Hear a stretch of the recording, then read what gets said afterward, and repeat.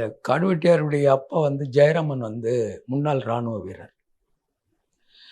அவர் அங்கே இருந்து அவர் ஒரு கைத்துப்பாக்கியை எப்படியோ அவர் கொண்டு வந்தார். அந்த கைத்துப்பாக்கியை கொண்டு வந்து அவர் என்ன செய்கிறாருன்னா, அந்த பகுதியில் வந்து பிள்ளைகளுடைய ஆதிக்கம். அந்த பிள்ளைகள் வந்து இந்த பரிகுடி மக்களையும் வன்னியர்களையும் ரொம்ப கொடுமைப்படுத்துகிறாங்க. பிள்ளைமார்கள். ஆமாம் ஆமாம், பிள்ளைமார்கள். அதை வந்து அவர் ஜெயராமன் அதை எதிர்த்து போராடுறார்.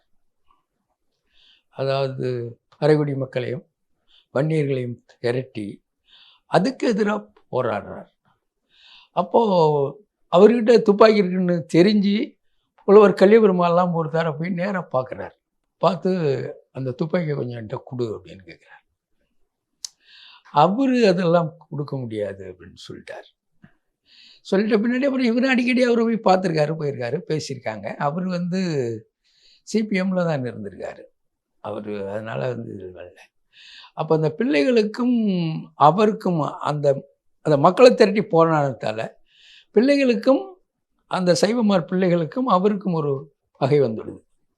அந்த பகையில் என்ன பண்ணுறாங்கன்னா, காடுவெட்டியாருடைய சொந்தக்காரங்களே வச்சு வன்னியர்களே வச்சு அவர் ஜெயராமனை வந்து கொலை பண்ணிடுறாங்க. கொலை பண்ணிவிட்டு அந்த இது அப்படியே ஆயிடுது. அப்போ காடுவெட்டியாரெல்லாம் சின்ன பிள்ளை, அவருக்கு அதை பற்றி அப்போல்லாம் ஒன்றும் பெருசாக ஒன்றும் தெரியாது இல்லை, அப்படி இருக்கார். அப்புறம் அவர் வந்து முதல்ல அவர் சிபிஎம்காரங்க தான் பார்க்குறாங்க காடுவெட்டியாரை.